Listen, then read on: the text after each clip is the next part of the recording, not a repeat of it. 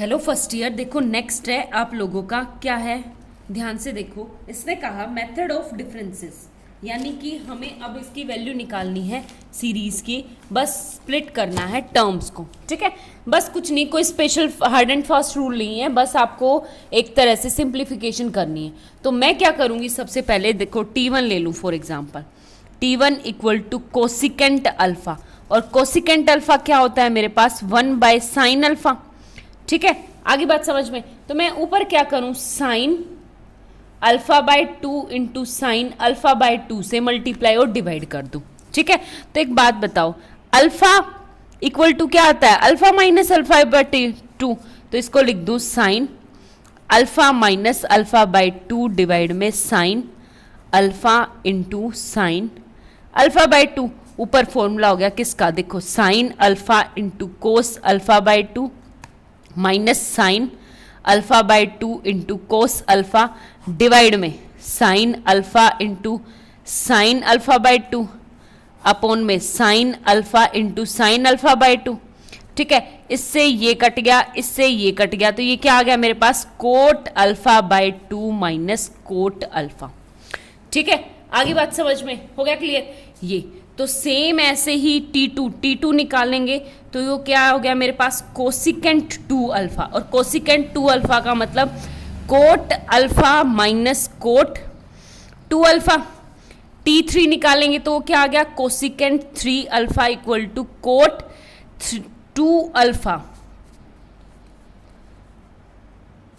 3 alpha तो है ही नहीं, 4 अल्फा। 4 अल्फा का मतलब है 2 अल्फा माइनस कोट 4 अल्फा।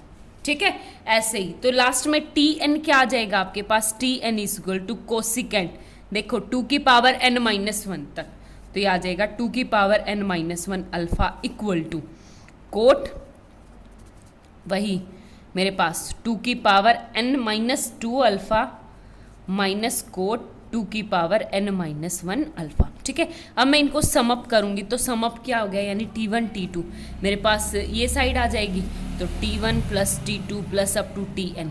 देखो इससे ये कट जाएगा, इससे ये कट जाएगा पीछे वाले से, तो सिर्फ आंसर आ जाएगा आपके पास कोट अल्फा माइनस कोट 2 की power n minus alpha, hence proof. ठीक है, यही हमें फाइंड आउट करना था। आगे बात समझ में। नेक्स्ट क्वेश्चन देखो, देखो इसी का सेकेंड एग्जाम्पल है। हमारे पास क्या है, sine theta by this cosine 3 theta by this sine 9 theta by this.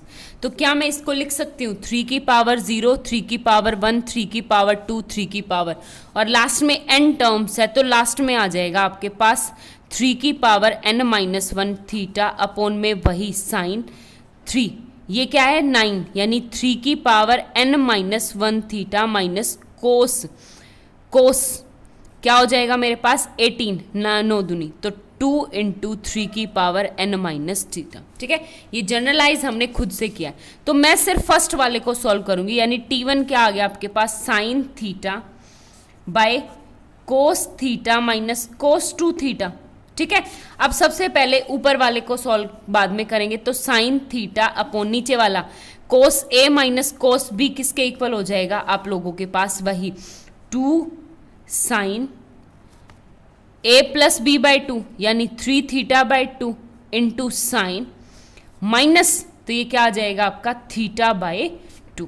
आगे बात समझ में, ये आ गया मेरे पास एक। तो अब ऊपर से मैं 3 थीटा बाई 2 है, तो ये थीटा है, तो एक काम करूं, थीटा को 2 से मल्टीप्लाई 2 से डिवाइड कर दूं, तो ऊपर देखो कि क्या आ जाएगा 2 थीटा, यानी 3 थीटा माइनस का थीटा बाई 2, इनको सेपरेट करूंगी, तो देखो ये क्या आ गया मेरे पास, sine 3 theta by 2 minus theta by 2 upon में वही 2 sine 3 theta by 2 into sine theta by 2। ठीक है, इसका फॉर्मूला रखूंगी, तो ये क्या आ गया, sine 3 theta by 2 into cos theta by 2, बीच में minus sine theta by 2 into cos 3 theta by 2, ये सेपरेट हो जाएगा 2 sine 3 theta by 2 into sine theta by 2 divide में ये भी क्या 2 में एक तरह से कॉमन ही ले लूँ, तो ये sine 3 theta by 2 into sine theta by 2। ठीक है, देखो इससे ये कट गया, इससे ये कट गया, क्या बनेगी आपके पास 1/2, यानी T1 equal to cot theta by 2 minus cot 3 theta by 2। ठीक है, तो यहाँ पे मेरे पास पावर में चल रहा था 3 की पावर 0, 3 की पावर 1, 3 की पावर, तो यहाँ पे है 3 की पावर 0 और 3 की पावर 1। ठीक है, तो T2 क्या हो जाएगा आपके पास 1/2 कोट 3 की power 1 theta by 2 minus cot 3 की पावर 2 थीटा बाय 2। ठीक है, सिमिलरली Tn मेरे पास क्या आ जाएगा, देखो ये nth टर्म है, nth टर्म तो 1/2 कोट 3 की power n minus 1 theta by 2 minus का कोट 3 की पावर n थीटा बाय 2। ठीक है, आगे बात समझ में। अब इसको सबको सम अप करूंगी तो देखो लास्ट वाला इससे कटेगा, लास्ट वाला इससे कटेगा, आपके पास बचेगा क्या, एग्जैक्ट आंसर, यानी सम किसके इक्वल हो जाएगा आपका 1/2 common into coat theta by 2 minus cot 3 की पावर n थीटा बाय 2। ठीक है, ये है आपके पास रिक्वायर्ड आंसर। देखो आपके पास नेक्स्ट क्वेश्चन क्या है, इसने कहा कि 10 इनवर्स दिस, हमें इसका सम निकालना है, पहले तो n टर्म्स का, उसके बाद इसको इनफाइनाइट तक लेके जाना है। ठीक है, कैसे करेंगे वो देखो। सबसे पहले मेरे पास एक फॉर्मूला होता है, क्या होता है सॉरी, देखो 10 inverse x minus 10 inverse y equal to किसके इक्वल होता है, 10 inverse x minus Y upon में 1 प्लस एक्स।